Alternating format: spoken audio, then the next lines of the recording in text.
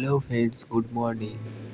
আজ রবিবার, তো সকাল সকাল রেডি হয়ে বেরিয়ে পড়েছি ডিউটি যাওয়ার জন্য। তো আজকে এমনি কোম্পানি ছুটি থাকে, তো একটু আর্জেন্ট কাজ আছে, সেই কারণেই আজকে ডেকেছি।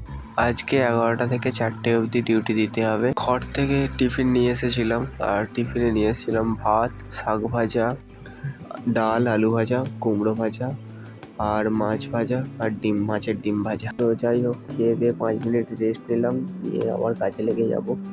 আর 4টার মধ্যে ছুটি হয়ে গেছিলো, তো 5টার মধ্যে বাড়ি এসে একটা দোকানে গিয়ে একটু চা খেলাম। আমি এমনিতে দোকানে চা খাই না, তো আজ শখ হলো তাই একটু দোকানে গিয়ে চা আর বিস্কুট খেলাম।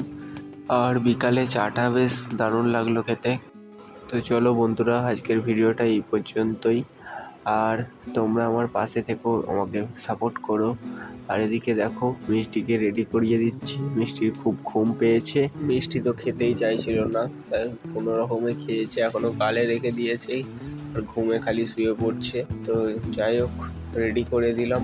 ভালো থেকো, সুস্থ থেকো, টাটা।